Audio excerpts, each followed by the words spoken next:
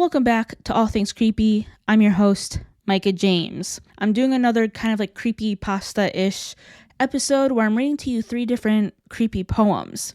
So I did change this up from what was supposed to go up last week a little bit, just because it's been a little bit crazy, and I reread the story that I was going to read for this episode, and I realized I wasn't a huge fan of it. And so this was low-key a last minute change. And I do try to credit the authors that I'm reading so that way you guys can read their actual content and more of their content. But because this was such a last minute change, between now when I'm recording this and before this episode goes up, I will do my best to find out who the authors of all 3 poems were.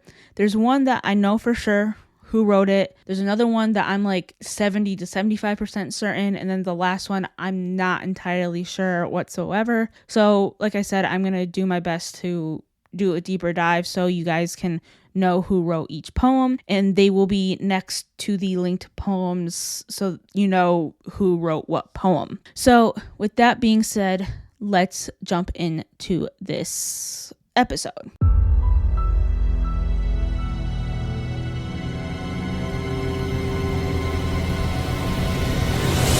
Creepy poem number 1 is Into the Further You Go. This is the one where I'm 70 to 75% sure who I know wrote this. Almost certain that it was Vincent Vinacaba, but like I said, I'll post that in the show notes. So, Into the Further You Go. There have been accounts and stories of people attempting the following. As it is a traditional song that suffers from an anonymous author, people have generally assumed that it is more than a poem, and instead of a list of instructions to direct someone into a journey to a realm called the Further. As by now you've probably guessed, this possibly ancient rhyme was the inspiration for the film Insidious. I'm sure there has been debate as to what the Further is. I personally believe that it is the venturer's own personal hell, and it is curiosity and foolhardiness that leads one there. The author describes thick yellow smoke, hideous thoughts, and bodiless eyes.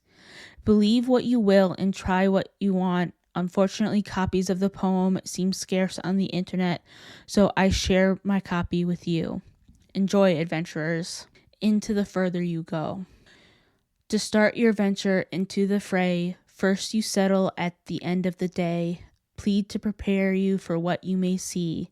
You thank him for placing the fruits on the tree, and as the ticking takes you further below, into the further you go. You light your home with a single flame to guide you out and far from declaim. Away from the smoke and what you may see, to flee back to safety, the light is the key, and as the ticking takes you further below, into the further you go. Close your eyes and sharpen your mind, for all weariness you leave behind.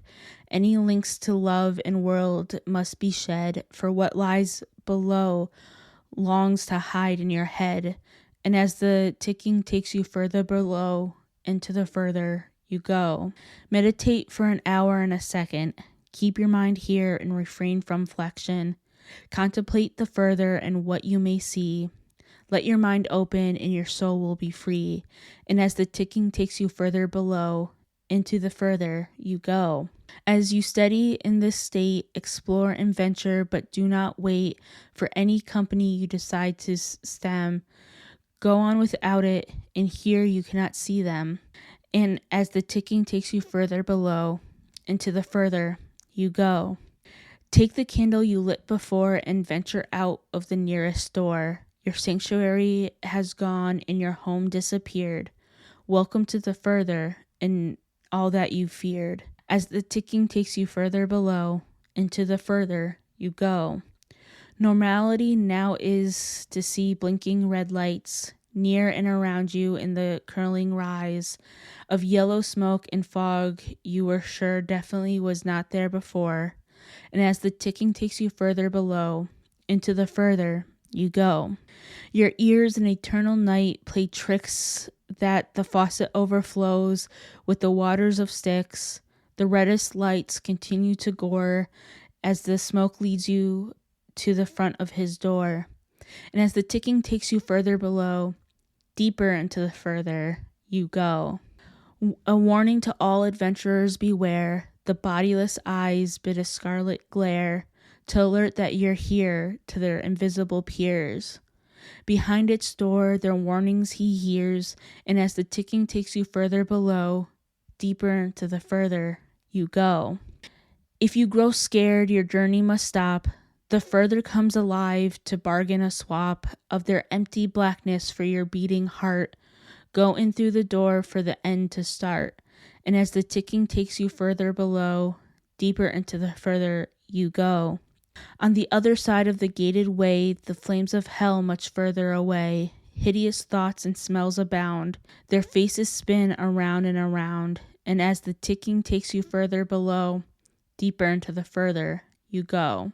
They stare out at you from a single frame, their mouths moving quietly and uttering blame and hate for you and all that you've done. You'll feel to end, your mind will run. I counted 3 the time I went. In a tall mirror, their faces bent and curved around like a painted frown that one could find on the face of a clown. These are the faces of the people you've lost, the ones you envisioned and the ones that cost you heartache and longing for months on end, your thoughts of goodbye to heaven you'd send. But no, here they are, they swirl in the mirror. Down in the further, life becomes dearer than anything that could have sparked the idea to share a midnight somewhere but here. In front of the glass, you lose your mind. Crouched in the dark, the door behind, you'll hear it slam, regardless of luck. Inside the further, you're stuck.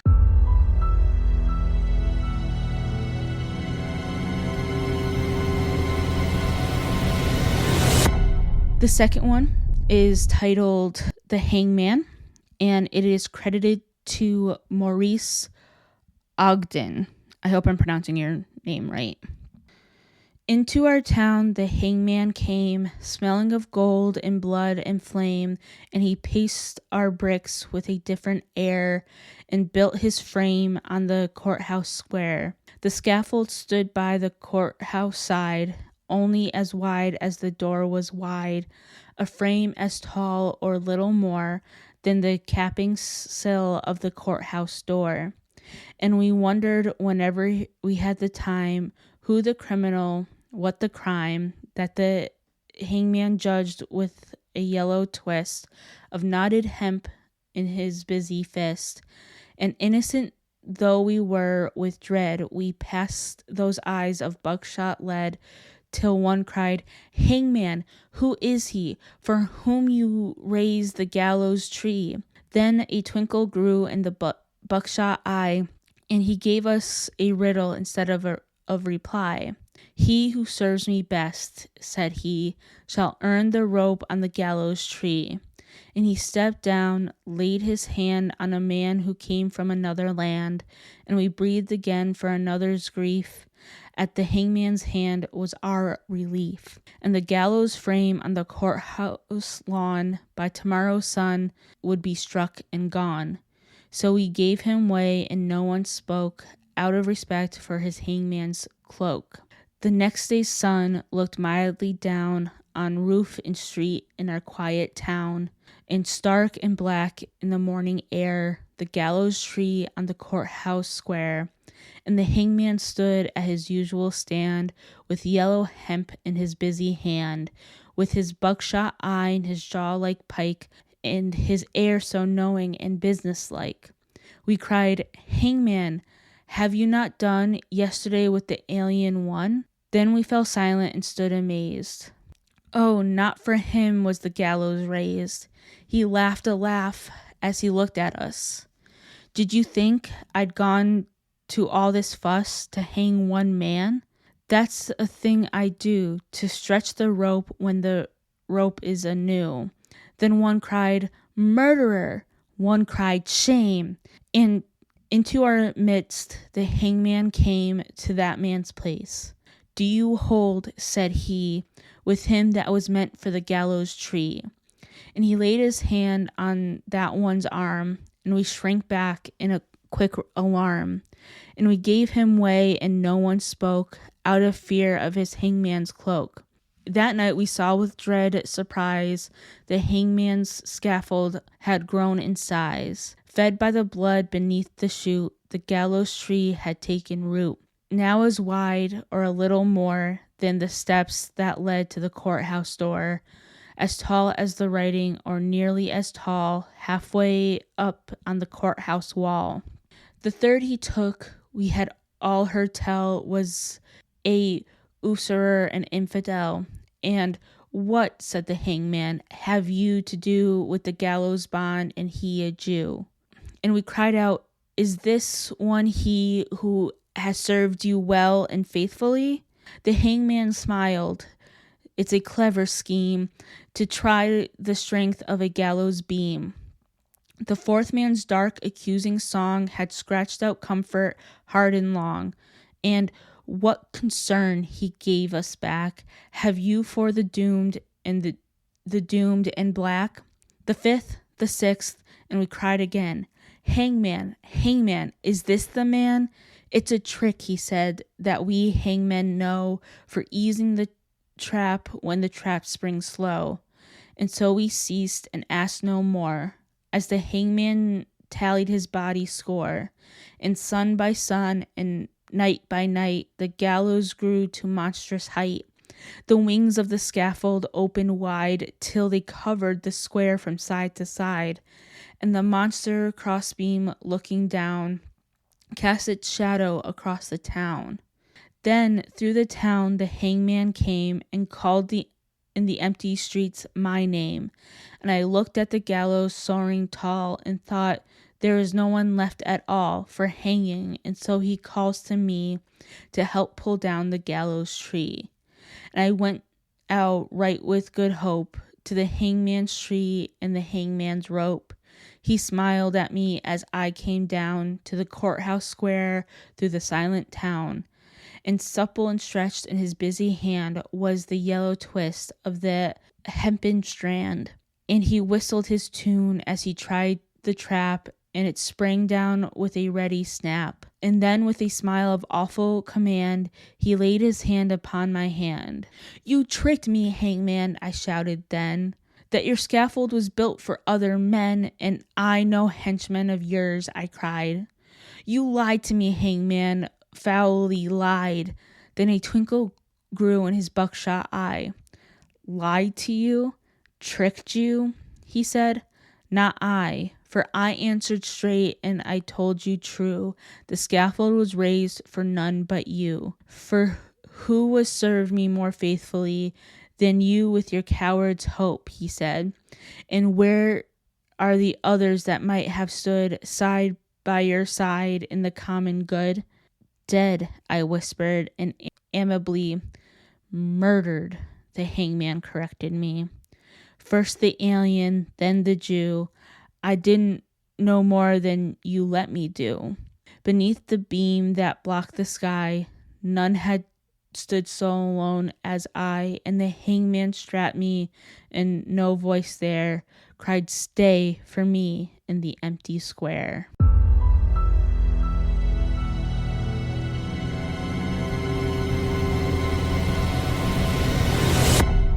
And finally, The Cat in the Hat strikes back. The sun did not shine, it was too wet to play, so she sat in the house all that cold, cold, wet day. She just sat in a chair all alone by herself as she watched the paint dry on her brand new bookshelf. Too wet to go out, too cold to play ball, as she sat in the house and did nothing at all. And then something went bump. How that bump made her jump. She looked, then she saw him step in on that mat. She looked, and she saw him, the Cat in the Hat. He said to her, "Why do you sit there like that?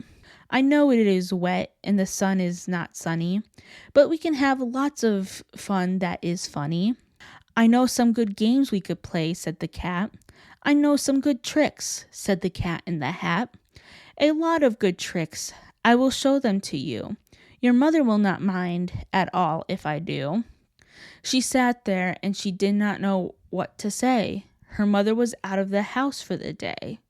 But her fish said, "No, no, make that cat go away. Tell that Cat in the Hat you do not want to play. He should not be here. He should not be about. He should not be here when your mother is out. Now, have no fear, said the cat. My tricks are not bad, said the Cat in the Hat.